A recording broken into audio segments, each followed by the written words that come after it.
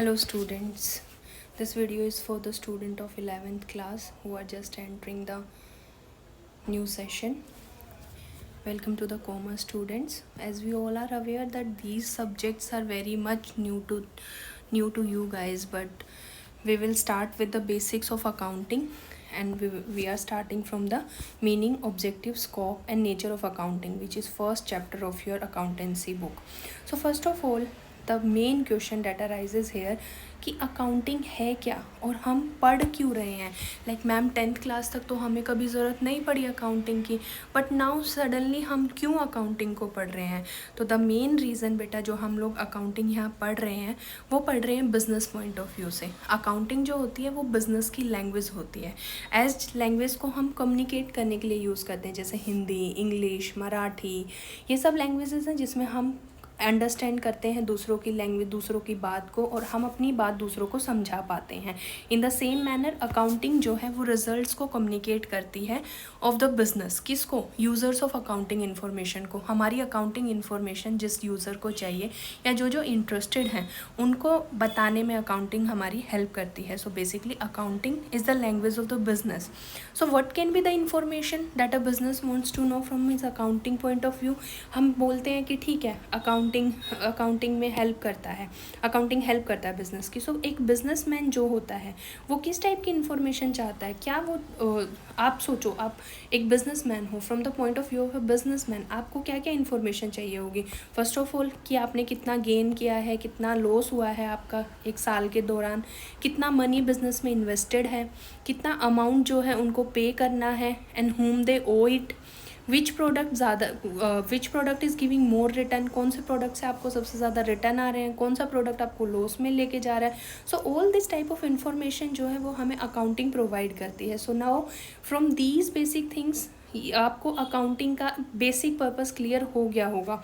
अब हम बात करते हैं कि अकाउंटिंग की कैरेक्टरिस्टिक्स क्या हैं. अकाउंटिंग बेसिकली अकाउंटिंग के एट्रीब्यूट्स क्या क्या हैं. सी, अकाउंटिंग के एट्रीब्यूट्स हैं बेटा, सबसे पहले तो identification of financial transaction and events. आपके जितने भी फाइनेंशियल ट्रांजेक्शन्स हैं, इवेंट्स हैं. फाइनेंशियल ट्रांजेक्शन्स का मतलब होता है वो ट्रांजेक्शन जिसमें पैसे का लेन देन इन्वॉल्व होता है.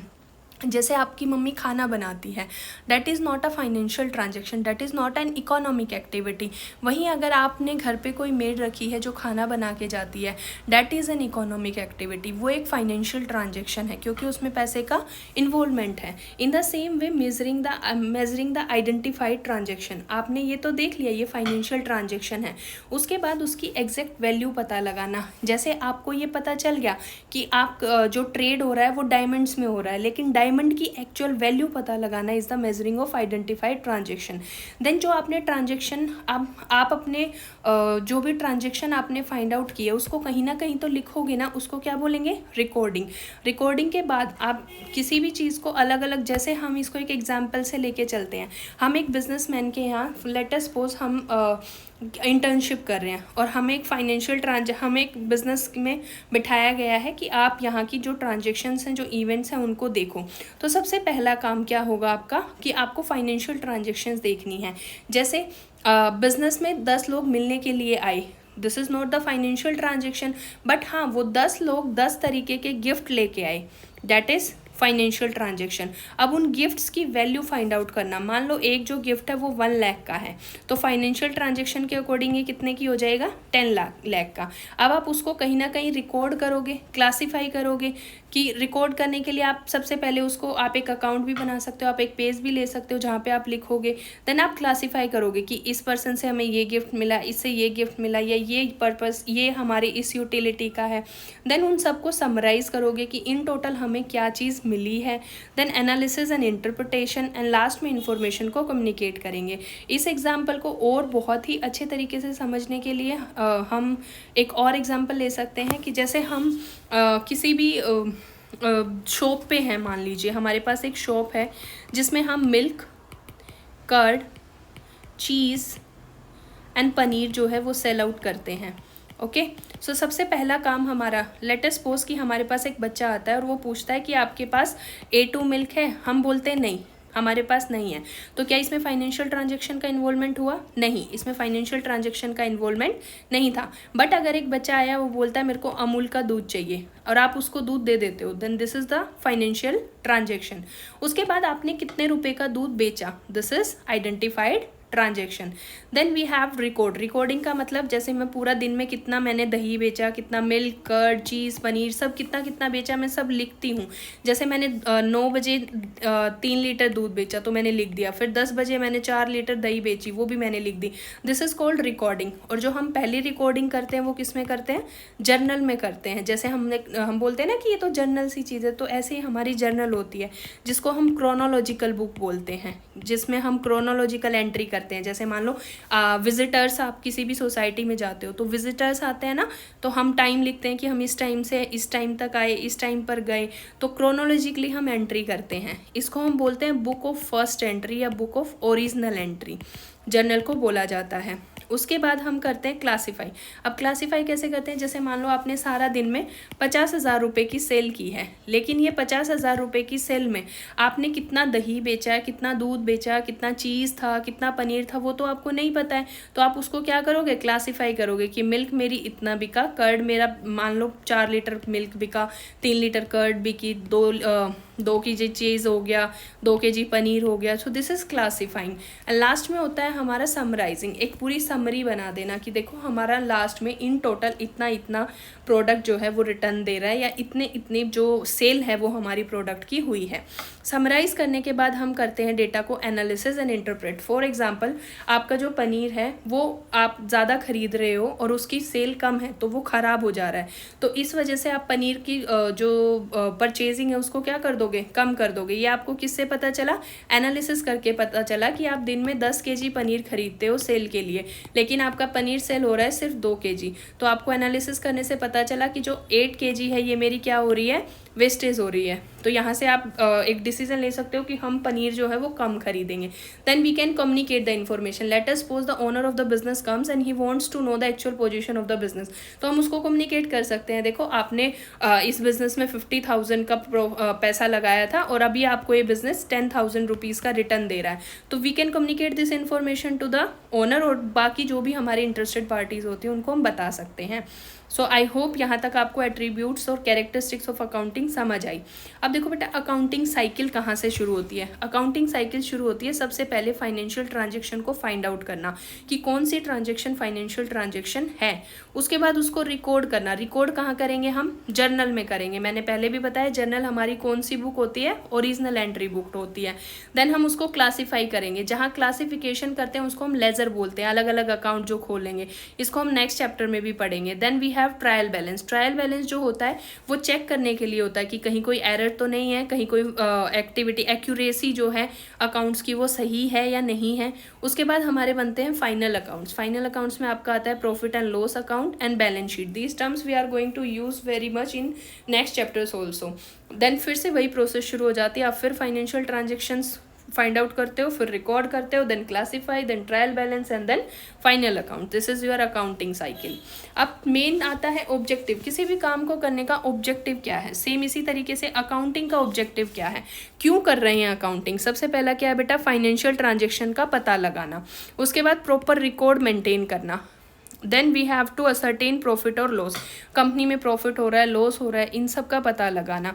देन फाइनेंशियल पोजीशन को डिस्क्लोज करना। At the end of the day आपका कितना फाइनेंशियल पोजीशन जो है वो क्या है, कितना आपने इन्वेस्टमेंट किया था, कितना आपके पास प्रोडक्ट बचा हुआ है, कितना प्रोडक्ट आपका सेल हुआ, ये सब आप कहाँ से पता लगाओगे? फाइनेंशियल पोजीशन को डिस्क्लोज करके।